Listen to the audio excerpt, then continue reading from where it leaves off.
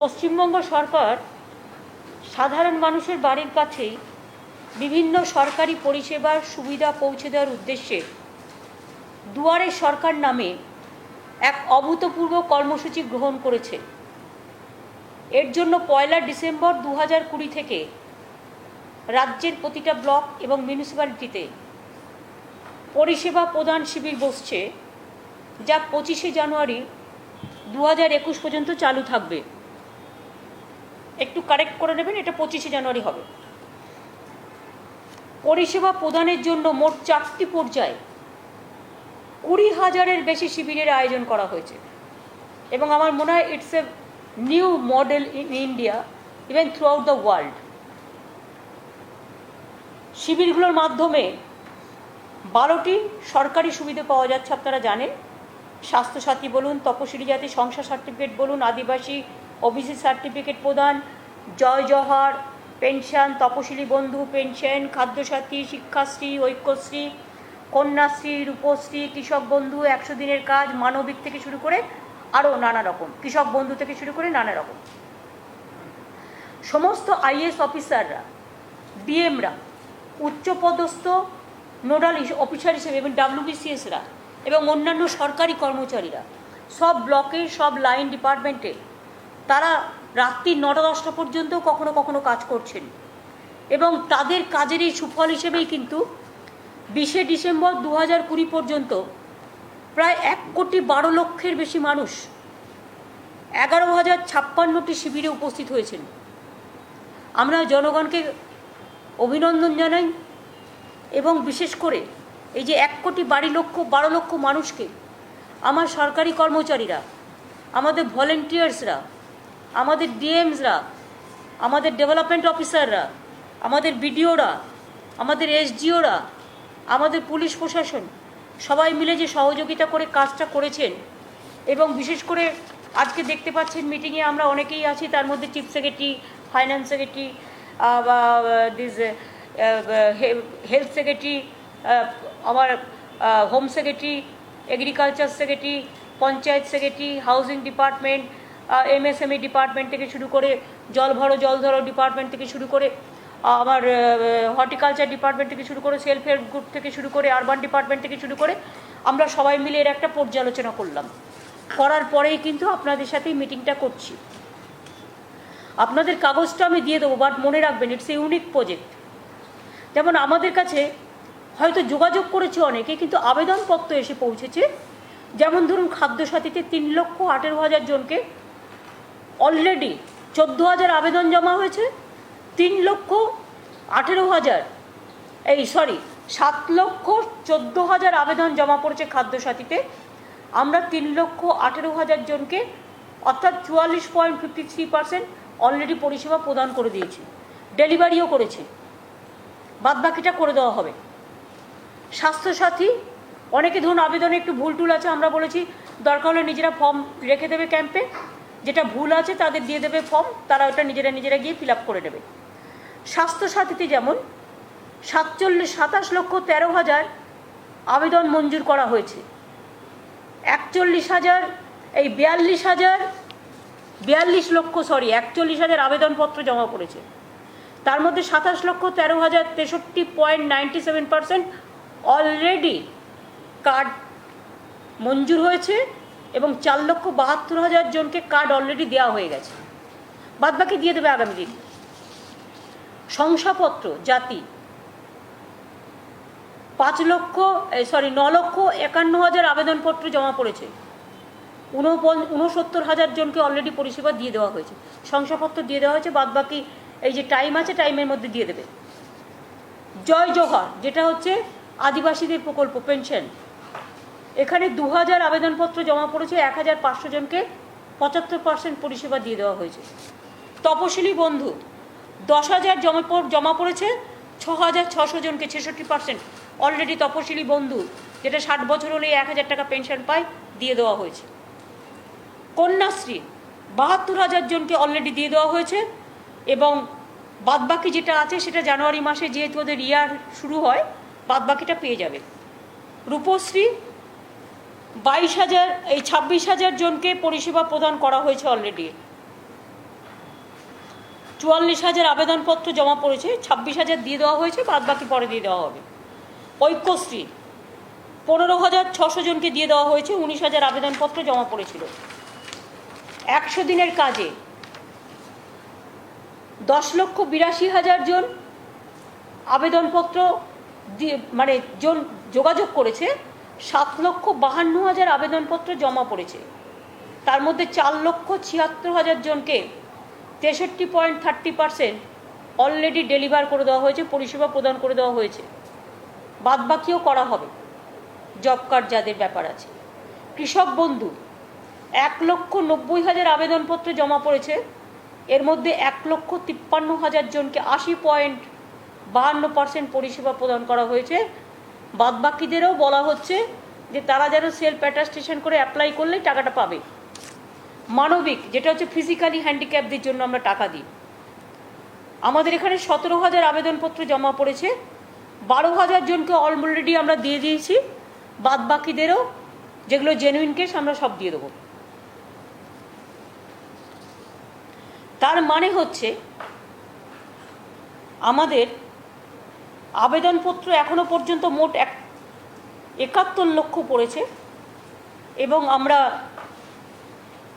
আবেদনপত্র পরিষেবা প্রদানের যে শতকরা হিসেব, তাতে 54.72% কাজ করা হয়েছে। এছাড়াও ধরুন ট্রান্সজেন্ডার বলুন, আমার রেড লাইট এরিয়া বলুন, আমার স্বনির্ভর গোষ্ঠী বলুন, কন্যাশ্রী ক্লাবের সদস্য বলুন, আশা অঙ্গনওয়াড়ি বলুন, অন্যান্য কর্মীদের নিরলস প্রচেষ্টা, সংশোধনাগরের বাসিন্দা, সংশোধনাগরের মানে জেলের বাসিন্দা, বাস চালক, কন্ট্রাক্টর, অটো চালক, টোটো চালক, হকার, তৃতীয় লিঙ্গের মানুষ, বৃদ্ধ-বৃদ্ধা, বাচ্চার মায়েদের জন্য পরিষেবা প্রদানের বিশেষ ব্যবস্থা করা হয়েছে। লোকশিল্পীরাও খুব ভালো গান শোনাচ্ছেন।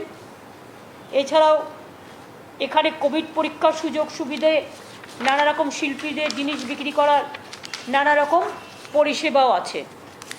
আমরা বেসব সরকারি কর্মচারীরা এবং যারা ভলেন্টিয়ার্সরা বিভিন্ন অর্গানাইজেশনে এই ক্যাম্পে কাজ করছেন দিন থেকে রাত, আমরা তাদের ঠিক করেছি একটা শংসাপত্র তো দেবই প্রোগ্রাম শেষ হয়ে গেলে, এবং তাদের জন্য আমরা 2 মাসে 5,000 টাকা করে তাদের আমরা একটা টিফিন অ্যালাউন্স দেবো। তার কারণ তারা সকাল থেকে রাত অবধি কাজ করছে, তারা অন্তত একটা টিফিন অ্যালাউন্স পাক, এটা আমরা চাই। তাই 2 মাসে 5,000 টাকা করে তাদের, এই 2 মাসে 5,000 টাকা দেওয়া হবে যারা এই ক্যাম্পে কাজ করছেন। 2 হচ্ছে আপনাদের আমি বলি, লাস্ট ইয়ারে আমাদের খরচা হয়েছিল ফাইন্যান্সিয়াল ডিপার্টমেন্ট থেকে 15,000 কোটি টাকা, কিন্তু এবার মানে বেনিফিশিয়ারি স্কিমে, কিন্তু এবার আমরা বেনিফিশিয়ারি স্কিমে 24,255 কোটি টাকা খরচ করছি। আর 2 হচ্ছে আমাদের টিল 2021 20,212 কোটি টাকা এক্সপেন্ডিচার হয়েছে বিভিন্ন ডিপার্টমেন্টের কাজে, total development expenditure apart from beneficiary scheme. কিন্তু আজকে আমরা এই দুয়ারে সরকার এগুলো দেখে মানুষের যে ডিম্যান্ড আছে, মানুষ যেটা চাইছে মানুষের প্রয়োজন মেটানোর জন্য, আরও 8,700 কোটি টাকা আমরা ছাড়লাম, এবং এই টাকাটা ইমিডিয়েট 1 মাসের মধ্যে দুয়ারে সরকারে যে সমস্ত দরখাস্তগুলো পাবে সেই কাজগুলো করবার জন্য প্রায়োরিটি দেবে। এতে পঞ্চায়েত অ্যান্ড রুরাল ডেভেলপমেন্টকে আমরা ফার্দার অ্যালটমেন্ট দিয়েছি, আগে যা দিয়েছি প্লাস ফার্দার অ্যালটমেন্ট দিয়েছি 1,000 কোটি টাকা, পিএইচকে দিয়েছি 1,000 কোটি টাকা, পিডব্লিউডিকে দিয়েছি 1,500 কোটি টাকা, আরবান ডেভেলপমেন্টকে দিয়েছি 700 কোটি টাকা, ইরিগেশন অ্যান্ড ওয়াটার ওয়াইসকে দিয়েছি 800 কোটি টাকা, হেলথকে দিয়েছি 600 কোটি টাকা, পশ্চিমাঞ্চল উন্নয়নকে দিয়েছি 100 কোটি টাকা, নর্থ বেঙ্গল ডেভেলপমেন্টকে দিয়েছি 100 কোটি টাকা, সুন্দরবন অ্যাফেয়ার্সকে দিয়েছি 100 কোটি টাকা। টোটাল অল আদার ডিপার্টমেন্টকে নিয়ে আরও 5,900 কোটি টাকা, এবং টোটাল হচ্ছে 5,900 কোটি টাকা, এবং অল আদার ডিপার্টমেন্টকে 2,800 কোটি টাকা। টোটাল 8,700 কোটি টাকা দিচ্ছি। এটা হচ্ছে এক্সট্রা ফর ডেভেলপমেন্ট এক্সপেন্ডিচার দুয়ারে সরকারের জন্য। আর ব্যক্তিগত বেনিফিশিয়ারি হিসেবে আমরা লাস্ট ইয়ার 15,000 কোটি টাকা খরচা করেছিলাম, এবার 24,255 কোটি টাকা খরচা করেছি, আরও খরচা হবে এই যে টাকাটা দেওয়া হলো। এই কাগজটা আমি সৌম্যকে বলবো আপনাদের দিয়ে দেওয়ার জন্য, যাতে আমার তাড়াতাড়ি বলার জন্য যদি আপনারা কোনোটা মিস করেন, শুধু একটাই কারেকশন বলবো, চতুর্থ পর্যায়ে এটা 30শে জানুয়ারির পরিবর্তে 25শে জানুয়ারি হবে। এছাড়াও আমরা আরেকটা ঘোষণা করেছি, একটা তো 5,000 টাকা করে টিফিন অ্যালাউন্স দেবো 2 মাসের জন্য। আমার সরকারি কর্মচারী ভাই বোনেরা বিডিও থেকে, মানে খুব ভালো কাজ করেছে আমার সরকারি কর্মচারী ভাই বোনেরা। আমি বিডিও থেকে শুরু করে, এসডিও থেকে শুরু করে, এডিএম থেকে শুরু করে, ডিএম থেকে শুরু করে, আইসি থেকে শুরু করে, এসপি থেকে শুরু করে, অল এসডিপিও থেকে শুরু করে, লাইন ডিপার্টমেন্ট থেকে শুরু করে, আমার কর্মচারী ভাই বোনেরা থেকে শুরু করে, এবং আমার হায়ার অফিসিয়াল থেকে শুরু করে, চিফ সেক্রেটারির নেতৃত্বে অল প্রিন্সিপাল সেক্রেটারি এক্সেলেন্ট কাজ করেছে। এবং এটা দুয়ারের সরকারটা আগামী দিনে আমি মনে করি সারা বিশ্বের ইতিহাসে একটা মডেল হয়ে থাকবে, যে দুয়ারে সরকার, মানুষের দরজায় সরকার। এসো আমার ঘরে, এসো আমার ঘরে। এত ভালো জিনিস আর কখনো হয়েছে কিনা আমি জানি না। এছাড়াও আমার কাছে দীর্ঘদিন মিটিংয়ে টিটিংয়ে যখন যাই, কেউ কেউ অ্যাপিল করেছে, বাট সবটা তো সম্ভব নয়, অনেকগুলো আমরা করে দিয়েছি। বাট 2-3টে ব্যাপারে আমি ডিসিশন নিয়েছি, যদিও টাকার সংকট আছে তা সত্ত্বেও। প্রাণীবন্ধু এবং প্রাণীমিত্র, প্রাণীবন্ধু এবং প্রাণীমিত্ররা একটা ইনসেন্টিভস পায়, এবং এআরডি ডিপার্টমেন্টে এরা কাজ করে। এখনও পর্যন্ত এরা 1,500 টাকা একটা মান্থলি পেত, সেখানে এই ইনসেন্টিভসটা আমরা 3,000 টাকা বাড়ালাম। প্রাণীবন্ধু আর প্রাণীমিত্র দুটোর ক্ষেত্রে 3,000 টাকা করে দিলাম। 1,500 টাকা আমরাই করেছিলাম, আগে কিছুই পেত না, শুধু ইনসেন্টিভ ইঞ্জেকশন দিলে টাকা পেত। আর 2 হচ্ছে ভিলেজ রিসোর্স, যেটা ভিআরপি, ওই মাঝে মাঝে আমাকে প্ল্যাকার্ড দেখায়, আমি ওদের বকলেও মনে রাখবেন আমি ভালোবাসি। আগে কিছুদিন ওদের বাড়ানো হয়েছিল, কিন্তু ওদের একটা ডিমান্ড ছিল যে ওদের যদি 5,250 কোটি টাকা করে দেওয়া হয়, কারণ ওরা যেটা পেত, ওরা হচ্ছে 20 দিনের বা 30 দিনের একটা কিছু পেত, তাতে ওরা খুব কম পেত। তাই টোটাল এটার জন্য 105 কোটি টাকা খরচ হবে বছরে, কিন্তু ওদের আমি 5,250 কোটি টাকা মান্থলি করে দিলাম, 20 দিনের বদলে 30 দিন করে দিলাম। এটাই ওরা চাইছিল, এটাও করে দিলাম। আর কি আছে, আবার বাদ বাকিটা কালকে বলবো, সব একসাথে বলবো না, গুলিয়ে ফেলবেন। আর সব একসাথে বললে একসাথে সব খাবার খেলে হজম করতেও পারবেন না, কারণ আপনাদের এমনিতেই জায়গা কম, কারণ পজিটিভ জিনিস লেখার জায়গা তো আপনাদের কম। এটা তোমায় দেবো না, তুমি ওদেরটা দিয়ে দেবে। পজিটিভ জিনিস লেখার জায়গা আপনাদের কম, নেগেটিভ জায়গা লেখা জিনিস আর টিভিতে দেখানোর জায়গা অনেক বেশি। আমাদের জন্য আপনাদের হাতে সময় একটুও নেই, সবটাই আমাদের বিপরীতে লেখার জন্য, কিন্তু সবটাই পজিটিভ বললাম। এই পজিটিভ ব্যাপারে যদি if you have any 1 or 2 question, then only can I give you the reply. কিন্তু আমার অফিসাররা এখন আছে, তাদের সামনে আশা করি এমন কোনো পলিটিক্যাল কোয়েশ্চেন জিজ্ঞেস করবেন না যাতে দে ফিল এম্বারেস।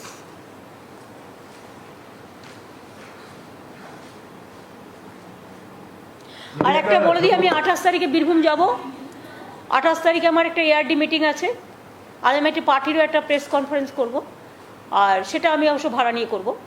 আর 29 তারিখে আমি একটা র্যালি করব দুপুরবেলায়, কেষ্টরা ঠিক করবে, এবং সেটা 29 তারিখে বেলা 1:30টায় আমি যাব, কিন্তু ওরা মনে হয় জমায়েতটা 12টা থেকে করবে।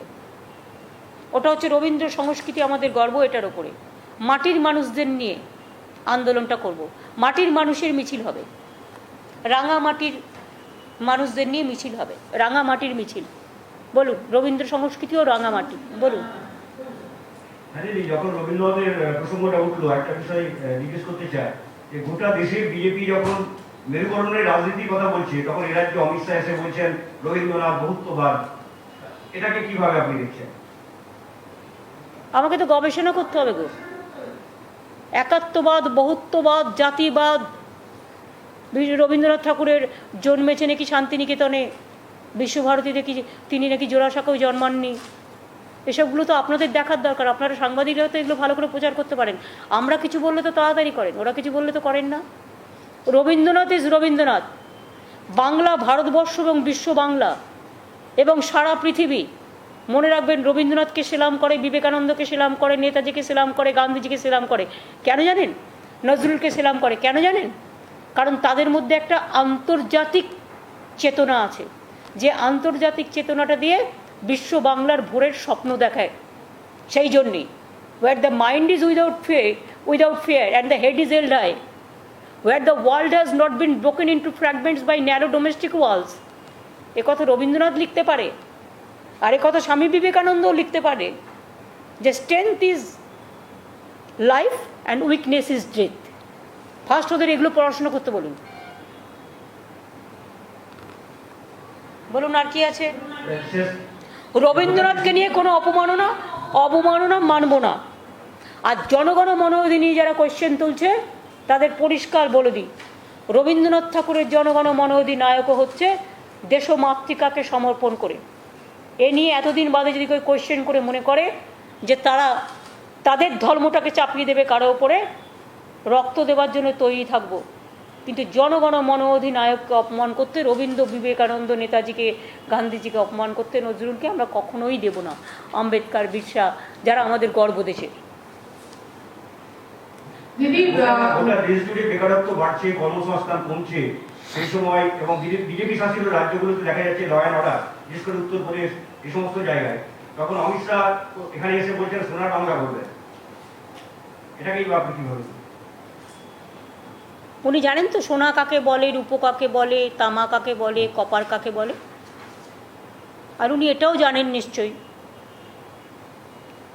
আলমারি কাকে বলে, আর্মস কাকে বলে, দাঙ্গা কাকে বলে, কমিউনাল কাকে বলে, সেকুলার কাকে বলে। উনি কিছু কিছু কথা কালকে টোটাল লাই বলে গেছেন, garbage of lies. Tomorrow I will give you the reply. উনি বলেছেন আমরা নাকি ইন্ডাস্ট্রিতে 0, আমরা এমএসএমইতে নাম্বার 1। আমি শুধু দুটো বলে যাই আপনাদের কাছে। উনি বলেছেন গ্রামীণ রাস্তায় আমরা কোনো রাস্তা তৈরি করতে পারিনি, আমরা নাম্বার 1। এবং শুধু এটা আমাদের তথ্য নয়, এটা গভর্নমেন্ট অফ ইন্ডিয়ার তথ্য, প্লিজ রিমেম্বার। সুতরাং একটা পলিটিক্যাল পার্টির জন্য বলা আর একটা মিথ্যে তথ্য দেওয়া একটা স্বরাষ্ট্রমন্ত্রীর পক্ষে মানায় না। আমি अमित जी के बोलबो, अमित जी आप तो होम मिनिस्टर है, आपको ये शोभा नहीं देती कि आप कोई गंदा बात, झूठा बात जो आपका पार्टी वर्कर तैयार कर दे, वो आप क्रॉस चेक नहीं करके बोले, जिसको अंदाजा आपका नहीं है। आप पहले बोलने का पहले प्लीज क्रॉस चेक कीजिए मेहनत करके। आपने जो बात कल कहा है, हर बात के लिए मेरे के पास एविडेंस है, मैं कल इसको रिप्लाई करेंगी after cabinet meeting. I have all the paper with me. आज के सब दिन ही कारण আপনারা হারিয়ে ফেলবেন, গুলিয়ে ফেলবেন। তাই দুটো বলে গেলাম। লাস্ট একটা প্রশ্ন দিই ম্যাম। কালকে yesterday the home minister, he said that the CAA was not going to be implemented right now, only after the COVID vaccination was done. Do you think this is a beating the retreat by the BJP on the whole issue of CAA against which you have been fighting? BJP is a cheating baj party. Bengali we will say cheating baj, but sorry, English it may be cheater. The politics of the BJP leaders is, for politics they can do anything, they can say anything, and they can say all the garbage of lies. Why, when they pass the act, from that time we are opposing, and I said that every citizen of this country is the citizen of this country. Earlier there is a provision that DM should have given the permission for the newcomers from if they complete this 5 years or 3 years like this, but whoever who came before 1971, all are the citizens of this country. And Mothuas, they are very much citizens of this country, and we have recognized all the refugee colonies. They are the recognized. All my Bengal people are the recognized people. and they are the citizens. We all the citizens of this country. They cannot decide the fate of the citizens. Let them decide their own fate. We are against of this, we are against of NPR, we are against of NRC. Nothing is being withdrawn right now. So it very much exists. And we will fight the battle and we will not allow any people to go out from the country. দিদি বিজেপির নেতা বিশেষ করে অমিত শাহ এসেছিলেন এবং তাদের যে সভা সেখান থেকে একটা বিষয়কে বড় করে বলা হচ্ছিল, সেটা হচ্ছে যে আপনারা রাজ্য সরকার কেন্দ্রীয় সরকারের প্রকল্পগুলো একেবারেই নেন না এবং তার ফলে মানুষ ডিপ্রাইভড হয়, এবং একই সঙ্গে তাদের যেটা দাবি কেন্দ্রে এবং রাজ্যে যদি একই দলের সরকার হয় তাহলেই রাজ্যের মানুষ বেনিফিটেড হবে। আপনি প্লিজ যদি একটু রিঅ্যাকশন দেন। আমরা স্বাস্থ্যসাথী করে দিয়েছি, ওদের প্রকল্প হচ্ছে 60% টাকা ওরা দেবে, 40% জনগণকে দিতে হবে, মানে আমাদের দিতে হবে। আমরা কোথায় পাবো? আমরা স্বাস্থ্যসাথীতে 100% টাকা দিচ্ছি, আর 10 কোটি লোককে, ওদেরটা 1.5 কোটি ছিল, কোনো লোক পেত না। 2, কৃষকদের একটা স্কিম ওরা করেছে, সেখানে খুব কম লোক পাবে, মাত্র কিছু লোক পাবে যাদের 2 একর জমি আছে। আর আমরা যাদের 1 কাঠা জমি আছে তাদেরও দিই 5,000 টাকা করে দিই আমরা 1 একর জমি, আর যাদের 1 কাঠা আছে তাদেরও আমরা 1,500 টাকা করে দিই। আর আমি অলরেডি আগে একটা চিঠি লিখেছি এগ্রিকালচার মিনিস্টারকে। চিঠিটা হচ্ছে যে আপনি আমাকে টাকাটা দিন প্লিজ, স্টেট গভর্নমেন্টকে পাঠান, treasury through state government treasury, আমরা সবাইকে বেনিফিশিয়ারিদের টাকাটা পৌঁছে দেবো। কিন্তু সেটা না করে ওরা নিজেদের চিঠি দেবে বলে পার্টি ফ্যাডে আর পার্টি অফিসে লিস্ট টাঙাবে বলে ওরা স্টেট গভর্নমেন্টকে এড়িয়ে কাজটা করছে। মনে রাখবেন, স্টেট গভর্নমেন্ট যে টাকাটা পায় সে টাকাটা স্টেট গভর্নমেন্টেরই ভাগে পড়ে, আর সেন্ট্রাল যদি কোনো স্কিম করে সেই স্কিমটা state government is the implementing authority. Covid হলে কোভিড ফেস করবে স্টেট গভর্নমেন্ট, আগুন লাগলে আগুন ফেস করবে স্টেট গভর্নমেন্ট, মানুষ মরে গেলে মানুষ ফেস করবে স্টেট গভর্নমেন্ট, বিপদে পড়লে মানুষ আমফান হলে স্টেট করবে। আর যখন টাকাটা দেবে তখন ওনারা ওনাদের ছবি দিয়ে, বিজেপি পার্টির ছবি দিয়ে আর সিম্বল দিয়ে ওটা পার্টি পত্রিকা করে দেবে। সেই জন্য আমরা বলেছিলাম যে আমরা দিতে রাজি, আমরা কখনো বলিনি আমরা দেব না, উই আর রেডি, প্লিজ আপনারা আমাদের টাকাটা পাঠান, আমরা করব। দেখুন, আজকেও আমি একটা চিঠি লিখেছি। Before writing this letter I personally tried to talk to agricultural minister. He was not available. They said that he is busy with the virtual conference. Maybe that I don't have any mind. I didn't mind for that. Now what I have written, just go through it. Dear Narendra Singh Tomar ji, agricultural minister, you may kindly recall my letter 77 CM 2020 dated September 9th. September কমাস হলো, বলুন আপনারা বলুন। 3 মাস আগে লিখেছিলাম। Regarding the PM Kishan Samman Nidhi scheme launched by the central government, copy enclosed. Decision of the central government on implementation of the scheme in West Bengal and transferring the requisite fund to the state government for onward disbursement of the farmers through the state government machinery is still awaited. The state government is already implementing a scheme of direct fund transfer to the farmers, including the sharecroppers with death benefit scheme, as had been enumerated in my letter under reference.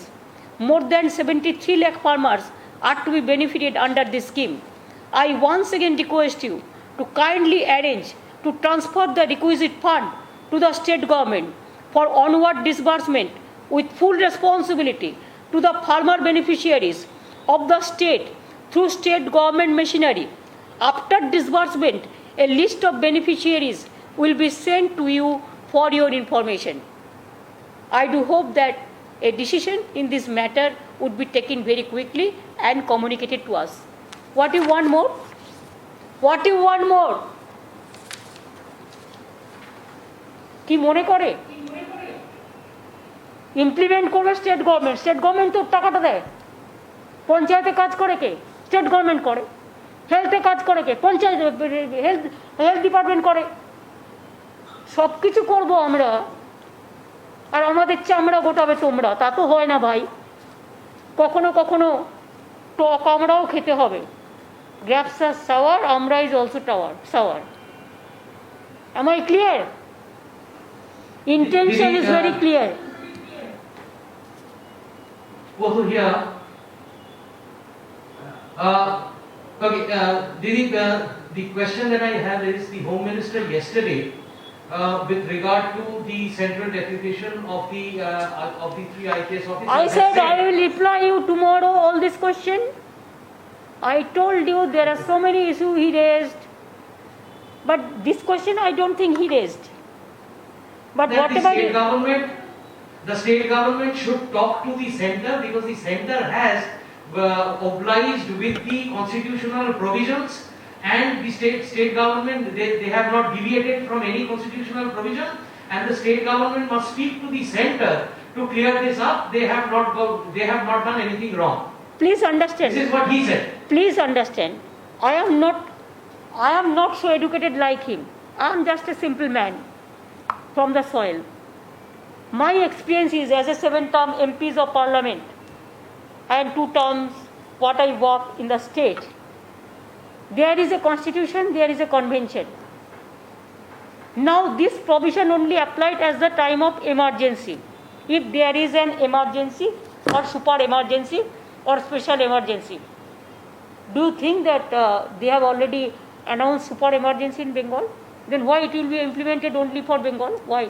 The election is coming, that's why. They want to scare the officer. We are not going to cow down our head. But my Chief Secretary and my Home Secretary and my DG, already they have talked to Home Secretary so many times. And they are always welcome. They can talk anytime. I believe negotiation.